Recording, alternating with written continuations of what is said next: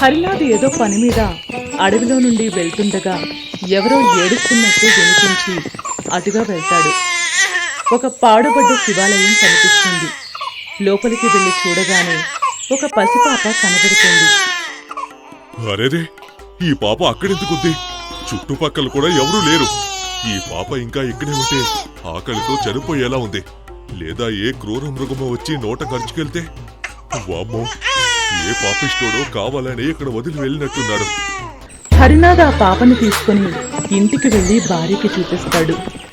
ఏమండి, ఈ పాపను ఎక్కడి నుంచి తీసుకొచ్చారు? చూడ్డానికి చాలా ముద్దుగా ఉంది. ఈ పాపను మన ఊళ్ళో ఎప్పుడూ చూడలేదే, మన చుట్టుపక్కల కూడా చూడలేదు. మరి ఎక్కడి నుంచి తీసుకొచ్చారు? ఈ పాపని ఎవరో అడవి మధ్యలో వదిలేసి వెళ్ళాడు పాపిష్టోడు. అక్కడే ఉంటే ఏ జంతువో నోట ఖర్చుకెళ్తుందని తీసుకొచ్చాను. మనకి కూడా పిల్లలు లేరు కదా పద్మ. ఈ పాపని పెంచుకుందామా? ఆ దేవుడే మనకి ఇచ్చాడు అనుకుందాం. ఇది కూడా ఆ దేవుడి లేలేమో. పాపని మన కన్న బిడ్డలా పెంచుకుందాం. నీకు ఇష్టమేనా? ఎంత మంచి మాట చెప్పారండి. మనకు కూడా పిల్లలు లేరనే కదా బాధపడుతున్నాం. మీరు మంచి నిర్ణయం తీసుకున్నారండి. ఈ పాపను తీసుకొచ్చి మంచి పని చేశారు. మహాలక్ష్మిలా చూసుకుందాం. మీరు చెప్పినట్లే మనకి పిల్లలు లేరని దేవుడే ఈ పాపను మన దగ్గరికి చేర్చేలా చేసి ఉంటాడు. ఇద్దరూ ఆ పాపని అల్లారు ముద్దుగా చూసుకుంటారు. కాలం గడుస్తుంది. పాప పెద్దవుతూ ఉంటుంది. మంచి విద్యాబుద్ధులు చెప్పిస్తారు. పాప పెరిగి పెళ్ళిడికి వస్తుంది. హరినాథ్ తన కూతురికి పెళ్లి చేయాలని అనుకుంటాడు. ఒకరోజు పంతులు గారిని ఇంటికి పిలుస్తాడు. ఏమిటంటే హరినాథ్ గారు, ఎలా ఉన్నారు? కబురు పెట్టారు. ఏమిటి విశేషం? ఏం చేయమంటారు? నన్ను సెలవీయండి. మా బంగారు తల్లికి పెళ్లి చేయాలనుకుంటున్నామండి పంతులు గారు. మీరే ఒక మంచి సంబంధం చూసి పెట్టండి.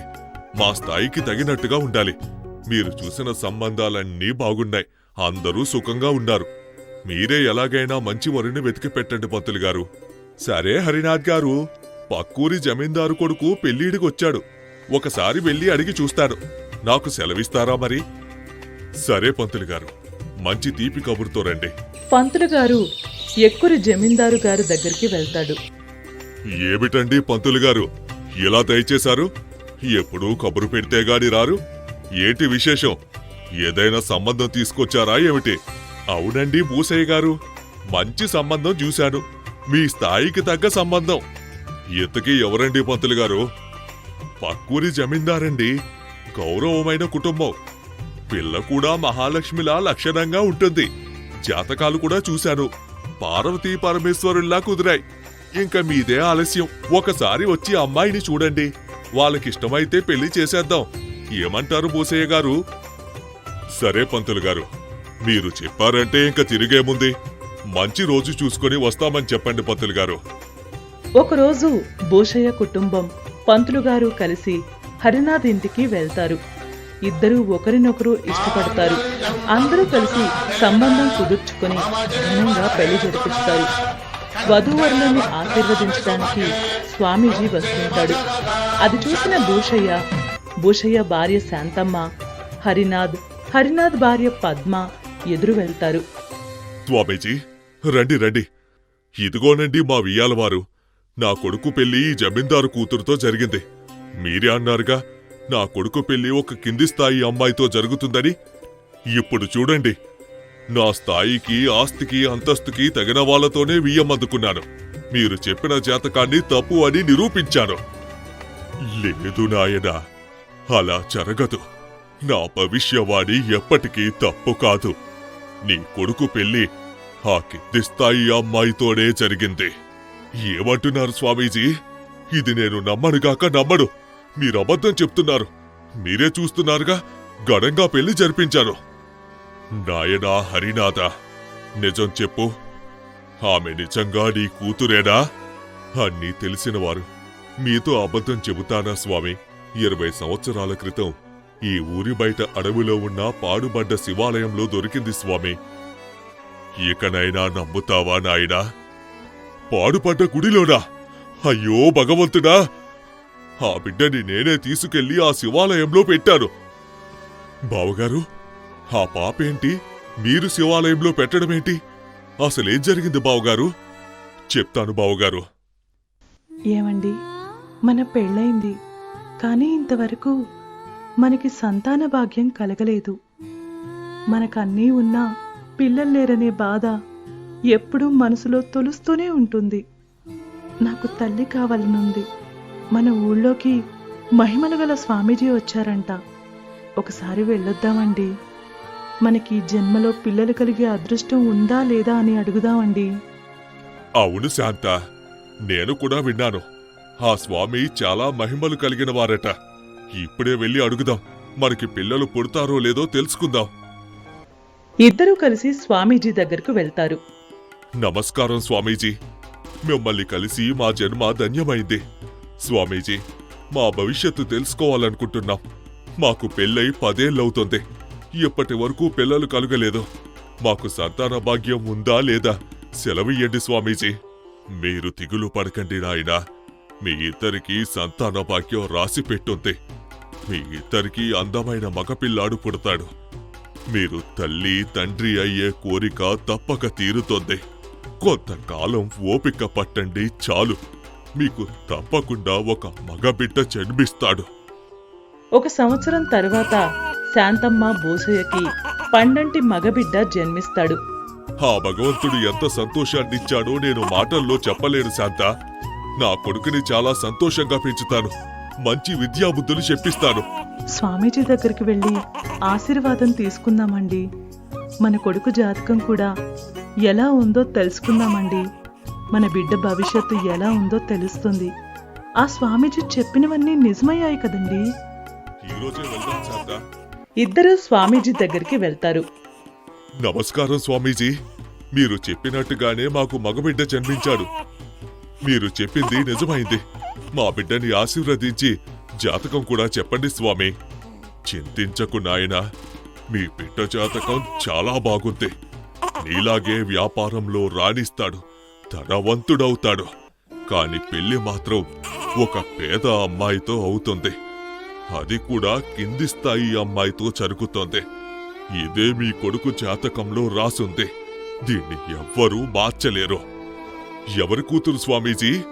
ఈ ఊళ్ళో చాలా మంది ఉన్నారు. ఎలా తెలుస్తుంది? నా కొడుక్కి కాబోయే భార్య ఏ ఇంట్లో పుడుతుందో చెప్పండి స్వామి. ఈ వాల్టికి సంవత్సరం లోపు ఆ బిడ్డ జన్మిస్తోంది.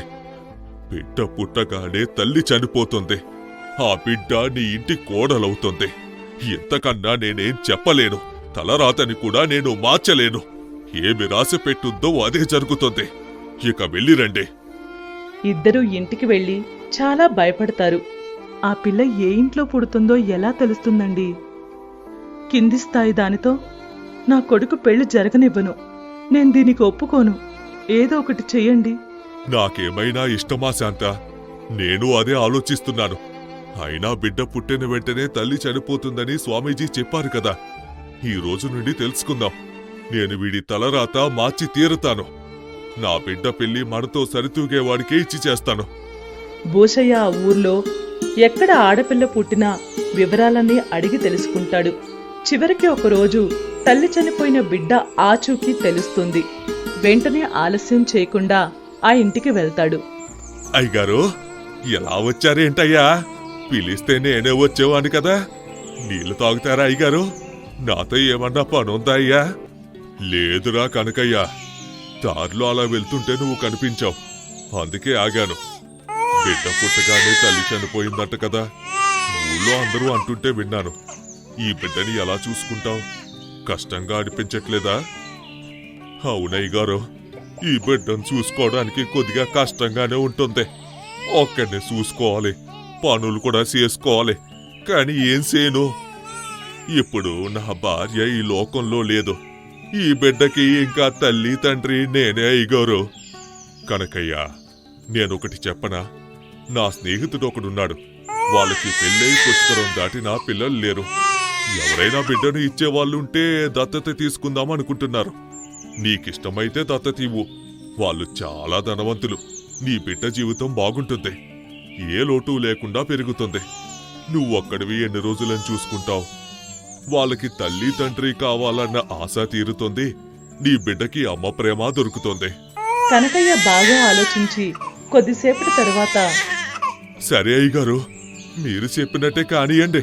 కానీ నా బిడ్డ మంచి చెడ్డలు చూస్తూ ఉండండి. నా బిడ్డ భవిష్యత్తు బాగుంటుందని ఒప్పుకుంటున్నాను. కనకయ్య, నువ్వేం దిగులు పడకురా.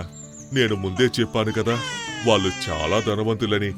నీ బిడ్డని సంతోషంగా కన్న బిడ్డలా చూసుకుంటారు.